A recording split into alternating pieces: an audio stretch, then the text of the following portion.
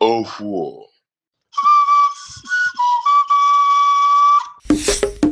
Odili, the first son of Obiakazu,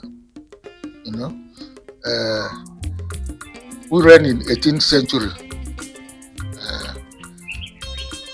So, never, they receive the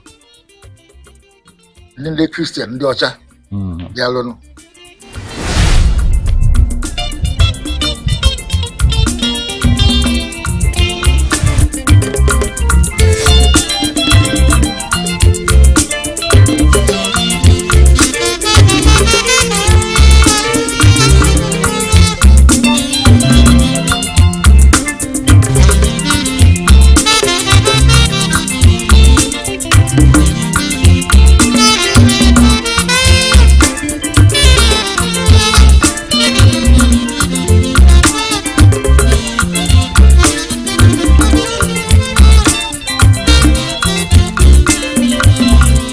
I forget about non-Nukuiba. I'm probably the oldest Iba now on Chanua.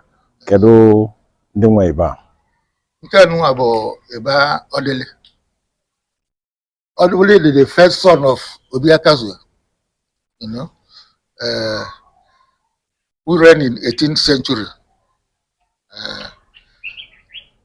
So, never, Iba they receive the Christian, the Ocha. They alone, no Onitsha. This is where they were received.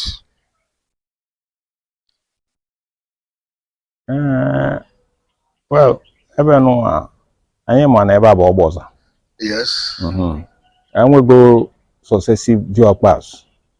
In which Kowalani to first were they from the time of the first Diokpa to the present Diokpa now.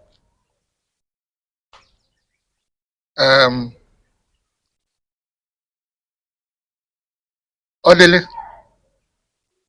well, Umuito, Mbanefo, Odita, Olukwe, in that order. So, Diokpa now revolve or rotate among them. Mbanefo, Odita, Olukwe. Like I said, the last Diokpa Nwebe Nuabo, Chinyogo, Okwuo, Odita. After him, the current one I went now, but Naingo, Ozuome, Olukwe. This is not from Umuito. Yes. Manaman Neunu Kwalo, if Edeka Ezaduku, Ketuna Ezaduku, you were relate. These are the biological children. The water. So, they talk what's the word? Anya neganya eba for so very chiche. Like more.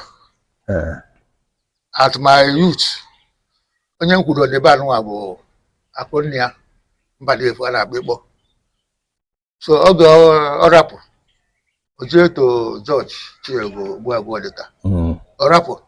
Oje to Naingo Ozuome Olukwe. At the time, oge exit to Ozuome to go back to Mbadefo. And that's docuseries. All the man. Nke abuga chain na buzi ka efe chain na if on represent. If that better no. Ordinary if you use that, no get slave trade. Okay. So and the educate a chain no certain things. Nke nwa, nke abo susu. Osusu ka efe na egosi. Osusu no na represent ndị Diokpa n'ogere ebe a. Ụlọ anwụ na nrọzi now. Okay. Obanji gozikwa n'unu ndị chigozi. Ndị iche. Eka ofili aje. Odita aje. Odukwa daze. Amam na kita na ife a na-agba use ma na-echi ọzọ ma na-eme emume ma na igwe na-agba ọfala bụ egbe nduka na-agba mkpọ naanị. Kedụzi nke dị nka? Nke a ka na-use oga egbe ndu. And because not the heavy, and on a very Can I- destructive. How the destructive? Okay, wait. And because of the weight and the convenience, even a Afum ife mega na arụ aja nwa. Ọ makasị ọrụ nke a ka a na-akpọ uli design. Yes. Mana fa nwesi ife fa na-egosiga. Afụgo fụ mmadụ ebe a. Fụ ọnwa. Fụ you can say Anya. Anya na pancha no. Oh, artistic impression of you remember before. Ọ dị mma. Ya fụ m etu esi wee debe ife a, adebeli aka maka na anyị afụgo ebe a na-alụga kịta ụfọdụ dị modern alụrụ etu esi wee lụọ ebe nụnwa and amarụ m ife nụnwa dịba ka ife ndị Juu dị n'anya etu a ka ndị Juu si alụ ụlọ fa kedu relationship with ndị maka na ọtụtụ ife na-eme n'Ọnịcha na-abịakwa oyibe ife ndị Juu na-eme in those days.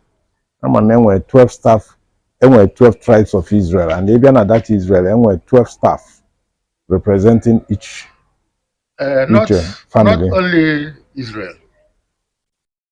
You look in okay, like us Raleigh, yes. Jabefa. And I'm going to na any Bujana and I. And if you remember, now the Elizabeth, that was your staff office here. So no brother Israel, somewhere on that was tradition. Oriental culture traditions. Okay. Because only if you cook it, enjoy Jumakia. This are full. Yes.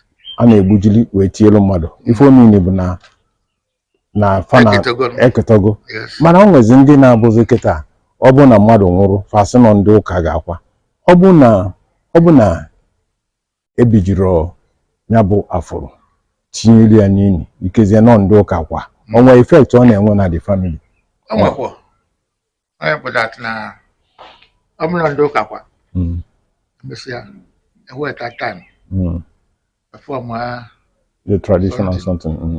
Jesus. Odemma. Nikwanya. Odemma. Hey. Yes. Ama m na oge gboo enwere ofoto. Ndị ụfọdụ enwere ofoto nwekwa oge ebido sebe foto. Onwe foto dị kịta ga-egosi ndị ụfọdụ bụgo ndị dị ọkpa ebe a.